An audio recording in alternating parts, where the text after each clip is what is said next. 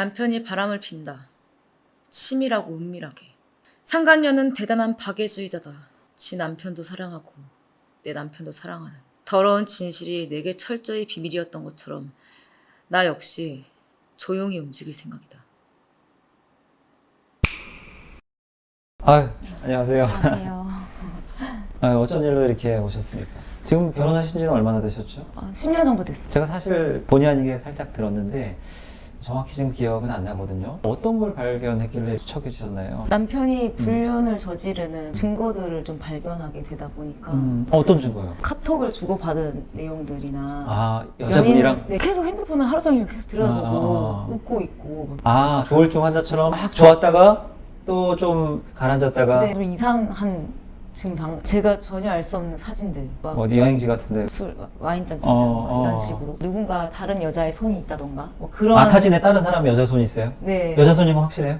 네 확실히 뭔가 이렇게 손잡고 있는 모습이었는데 뭐 매니큐어가 있다든지 네네 뭐. 손이 좀 가느다라고요. 그리고 숙박업소의 그런 증거들을 숙박업소 뭐 어플 같은 거 결제됐네요. 네네. 빼박인데요. 카톡 내역을 봤을 때 보고 싶다, 자기야 사랑한다 뭐 그런 내용이 있었나요? 네. 전형적으로 바람을 피고 있는 상황이고 바람 핀 사람들 관찰하다 보면 조울증 환자 같거든요. 기분이 되게 좋고 콧노래도 부르고 좀 잘 안 되면 가라앉는 경우가 있고 혼자서 막 웃고 있다든지 비이성적인 행동을 좀 해요. 최근에 좀 스타일의 변화 같은 것도 있었나요? 쇼핑도 좀 자주 하고요. 그래서 택배가 최근 들어서 뭔가 많이 오는 듯한 느낌이 그리고 어디 쇼핑몰을 가자 그런 걸 안 좋아하던 사람인데 그런 얘기를 한다던가 증거는 어느 정도 확보가 된 것 같은데 이혼하고 싶으세요?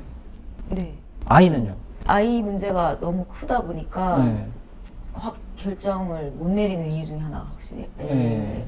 가 있는데 지금 이혼을 원하는 상태에서 아이 양육권도 가지고 오고 싶어 하잖아요. 근데 사실 양육권을 결정할 때는 혜선 씨랑 남편분 둘 중에 누가 양육자로 적합한지 판단하는 기준이 있어요. 아이들과의 유대관계도 있고 9살 정도면은 아이의 의사도 중요하고 또 서로의 이제 소득도 좀 중요해요. 아무래도 경제적으로 좀 여유가 있으면 아이 키우는 데도 좀 낫겠죠. 상대방이 바람을 폈는지 그거랑 원칙적으로는 별개인데 남편분이 아이에 대한 태도라든지 육아 부분에 대해서 좀 달라졌나요? 아니 아이랑 너무 잘 놀아요. 너무 잘 놀아요. 네. 배우자가 외도를 했다는 이유만으로 당신은 무조건 아이 양육 못해. 애볼 자격이 없어. 이거는 100% 연결되는 건 아니에요. 한번 아이를 제가 만나보고 유대관계 이런 것도 살펴보면서 별도로 판단해야 될 것 같아요. 제가 100% 아이 양육권을 혜선 씨가 가져온다. 개런티할 수는 없지만 만약에 남편분도 아이한테 잘하고 혜선 씨도 아이랑 되게 유대관계 좋을 거 아니에요. 네. 그게 뭐 동등한 상황이라면은 그래도 바람핀 사람한테 재판부 안 좋게 보지 않을까요? 재판부 시각을 만들 수는 있을 것 같습니다. 조금 준비를 잘하면은 충분히 양육권 가져올 수는 있을 것 같아요. 증거를 지금까지 많이 모으셨는데 프라이버시나 개인의 사생활 그런 거 뭐 때문에 증거 신청을 많이 안 받아줘요. 소송 제기 전에 증거를 가능한 많이 모아야 돼요. 남편이 바람핀 것도 억울한데 위자료라도 많이 받아야 되잖아요. 네네. 그렇죠. 위자료를 판단하는 기준이 있는데 부정행위 기간이 좀 길고 예를 들면 한 명이 아니라 여러 명이랑 바람을 폈다든지 두 집 살림을 차렸다든지 그런 경우에는 위자료가 굉장히 높아지고 부정행위 방법이 그냥 뭐 카톡으로 뭐 사랑해 이 정도가 아니라 맨날 뭐 모텔을 드나들면서 관계를 했든지 그런 거에 따라서 천차만별이거든요. 회사에 있을 때 근무 시간에 모텔 간다던가 정말요? 연차 안 내고 막 골프 치러 다니고 막 그런 것도 있었거든요. 그거를 남편분한테 물으면 순순히 얘기해 줄까요?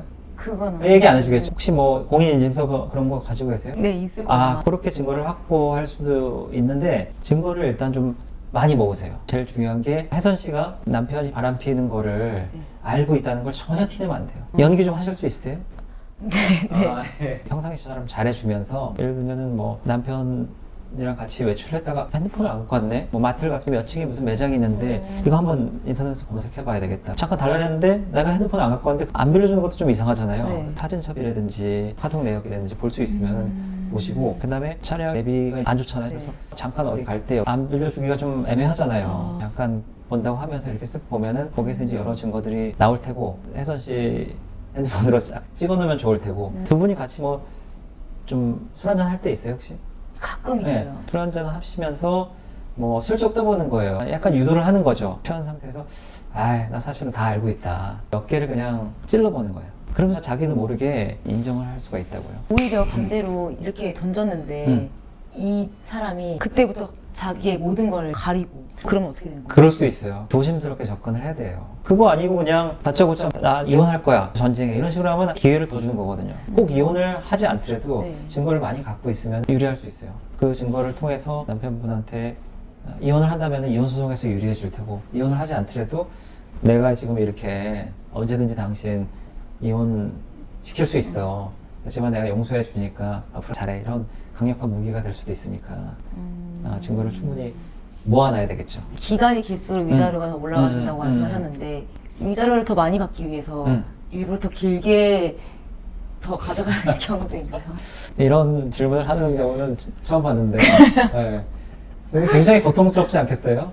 위자료 근데 많이 올라가긴 했어요. 예전에는 상간자한테는 한 1,500만 원이고 남편한테는 보통 한 3천만 원 정도가 기준이었어요. 근데 요즘에 조금 더 올랐어요. 조금 더 올라갔고 4천, 5천 이 정도까지 받을 수 있는데, 예를 들면 위자료를 많이 받기 위해서 한 1년 정도 버티고, 예를 들면 5천 받을 게 뭐 6천, 7천 그 정도 될 수 있는데 1,000만 원, 2천만 원 받자고 1년 내내 그 사람 뭐 이렇게 바람 피고 이런 거를 계속 지켜보고 그건 추천해주지 않고, 긴 거는 왜 의미가 있냐면 과거 증거를 쭉 살펴보면은 지금은 이혼을 할 거예요. 네. 이혼 준비가 다 됐어요. 근데 그때 바로 덮치면은 그때 뭐 한 번 딴 여자랑 만나는 그 증거밖에 없잖아요. 근데 증거를 많이 확보하면 알고 보니까 뭐 2, 3년 됐어. 이러면 2배 정도 차이 날 수 있으니까, 그런 면에서 긴 거를 찾아내자 이 얘기였지. 그 상황을 길게 만들자 이거는 제가 보기엔 배보다 배꼽이 더 큰 그런 상황입니다. 그것보다는 불륜 상대방이 직장 사내 불륜이거나 오피스 와이프라 그러죠. 그 경우에는 이건 팁인데, 많은 회사들이 그 취업 규칙이나 인사 규정에 징계를 할 수 있는 사유가 있어요. 사유 중에 사내 불륜이 들어간 경우가 많거든요. 회사의 명예를 실추한 경우, 회사의 품위 유지 의무 위반을 한 경우, 사회적 무리를 일으킨 경우 징계를 받게 돼 있어요. 그런 경우에는 혜선 씨가 회사에다가 투서를 넣을 수 있어요. 온라인에다가 아니면 직장 사이트에다가 남편 누구누구랑 뭐 그 상간녀 누구를 고발합니다.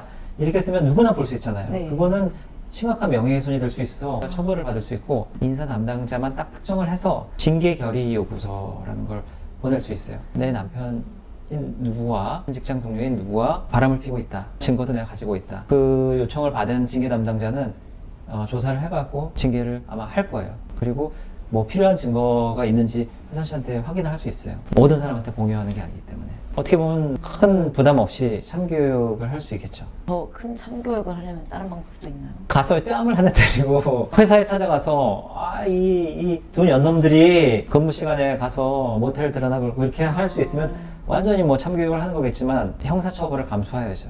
옛날에는 이제 간통죄가 있어서 간통죄 고소를 할 수 있었거든요. 간통죄가 위헌이 됐잖아요. 네네. 그게 뭐 우리나라랑 몇 나라밖에 없었던 죄고, 대부분 선진국에서는 다 없어진 죄라서 헌재에서 다 무효화시켰기 때문에, 저도 뭐 이혼 소송을 많이 하고 있지만 이렇게 불륜의 피해자를 상담할 때마다 좀 기운이 빠져요. 한 가정을 송두리째 무너뜨리고 정말 씻을 수 없는 고통을 준 그런 불법 행위를 한 사람들인데 결국 돈 몇 천만 원, 그러니까요. 네, 그리고 징계 결의 요구도 회사에서 해고될 정도는 아니고 뭐 월급 좀 깎이거나 뭐 그 정도일 가능성이 큰데 억울하잖아요. 그냥 잘 됐다고 생각하는 게 좋을 수도 있어요. 바람을 안 핀 사람은 있어도 한 번만 바람 핀 사람은 없다고 하거든요. 젊으시니까 살아갈 날이 분말리인데 그 과정에서 어떻게 보면 속고 사는 거잖아요. 네. 과거나 복수에 너무 집착하시지 마시고 더 결국엔 잘된 일이다 이렇게 생각하시면서 한번 극복을 해보시죠. 상간녀에 대한 문제는 어떻게 되는 건가요? 상간녀도 같이 상간 소송을 해야 되죠. 아까 얘기했듯이 징계 결의 요구할 때 그 남편이랑 그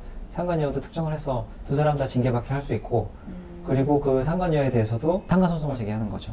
불법행위에 대한 정치적 손해배상. 그것도 한 2, 3천만 원 정도 나올 거예요. 되게 네, 그러니까 다 소소하네요, 뭐가. 소소하죠. 그래서 돈 있는 사람들은 뭐라 그러냐면은 간통죄에 있었을 때는 되게 떨었거든요. 큰 집이라고 하는데 큰 집에 갔다 올 수 있었는데 네. 지금은 한 2, 3천만 원 내면은 바람 펴도 돼. 걸려도 뭐 돈만 있으면 돼. 이런 식으로 해서 동물의 왕국이 된 지 오래됐습니다.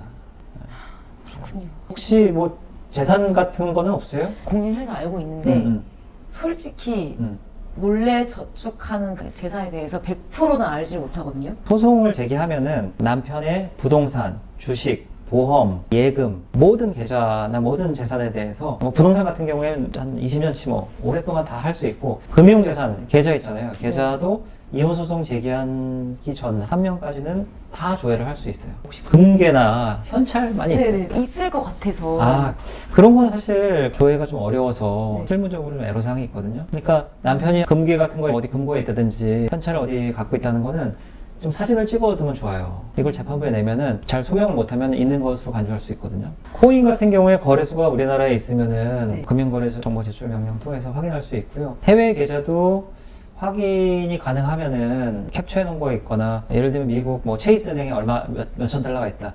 그렇게 확인이 되면은 재산분할 대상이 할 수는 있는데 저 사람이 해외 계좌에도 뭐 돈이 있을 것이다. 이 정도만으로는 사실 조금 어려워요. 남편이 지금 혜선 씨가 이혼 준비하는 거 모를 때 네. 분위기 좋을 때 있잖아요. 뭐, 자기 그때 금괴 같은 거 좀 어디 있다 그랬지 않았어? 하게 뭐 할 게 있는데 그거 좀 쓰면 안 될까? 그거 어디 있다 그랬지? 약간 이렇게 연기를 해서 알거나 사이 좋을 때 물어서 그걸 확보해 놓는 게 좋죠. 전쟁에 돌입되면 밝혀주질 않거든요. 그러면 그 재산 분할할 때 그 불륜이라는 그 이유가 음. 뭐 재산 분할에 많이 이렇게 이게 다 별개의 소송물이에요. 재산분할은 재산분할 고유의 법리가 있고 불륜을 저질렀다고 해서 재산분할을 더 많이 해주고 그런 건 원칙적으로 없어요. 그 많은 사람들이 착각하는 게 저 사람이 잘못을 하면은 재산분할도 더 많이 받을 것이다 이렇게 생각을 하는데 그 소송에서는 위자료는 더 많이 받을 수 있을지언정 재산분할을 더 많이 받는 건 아니고 어떻게 보면 협의로 해야 돼. 당신이 잘못을 했고 내가 소송은 안 걸 테니까 재산분할 뭐 90% 나 다오. 아니면 전부 다 내가 다 갖게 해줘. 협의 이혼으로는 가능해요. 소송을 했을 때는 재산분할에 관한 고유의 판례, 법리가 있기 때문에 불륜을 했다고 해서 기여도가 혜선 씨가 더 높아지는 건 아닙니다. 상처만 남는 느낌인데요. 재산 분할도 양육권도 뭔가 이렇게 말씀을 들어봤을 때 생각했던 것보다 이렇게 대단하지 않고 상처를 갖고 가는 느낌입니다.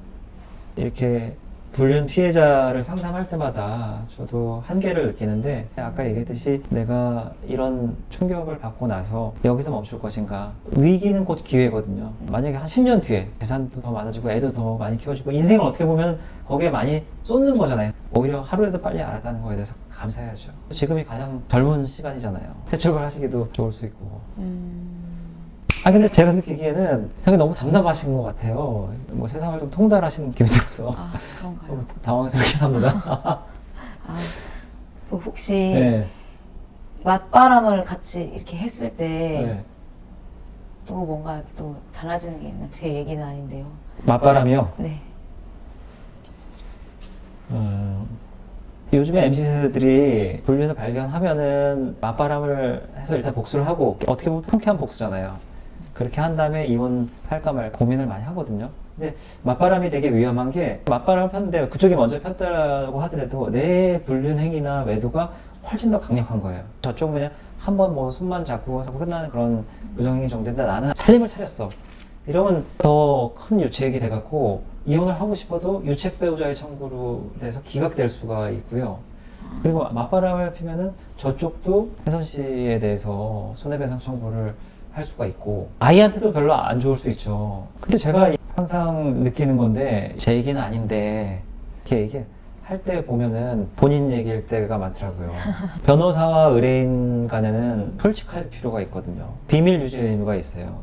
의뢰인이 목 시원하게 얘기했는데 그거를 제가 뭐 어디 가서 혜선 씨가 이랬다 저랬다 얘기하면 큰 처벌을 받거든요. 의뢰인과 신뢰관계가 깨지면은 변론을 할 때 동력을 잃는 경우가 있기 때문에 솔직하게 얘기하시는 게 좋은데 한번 뭐 좀 생각을 해보세요. 한번 제대로 고민해 보시고 그래서 결심이 서시면은 그때 한번 다시 뵙도록 하겠습니다. 네, 알겠습니다. 네, 수고하셨습니다. 네. 감사합니다.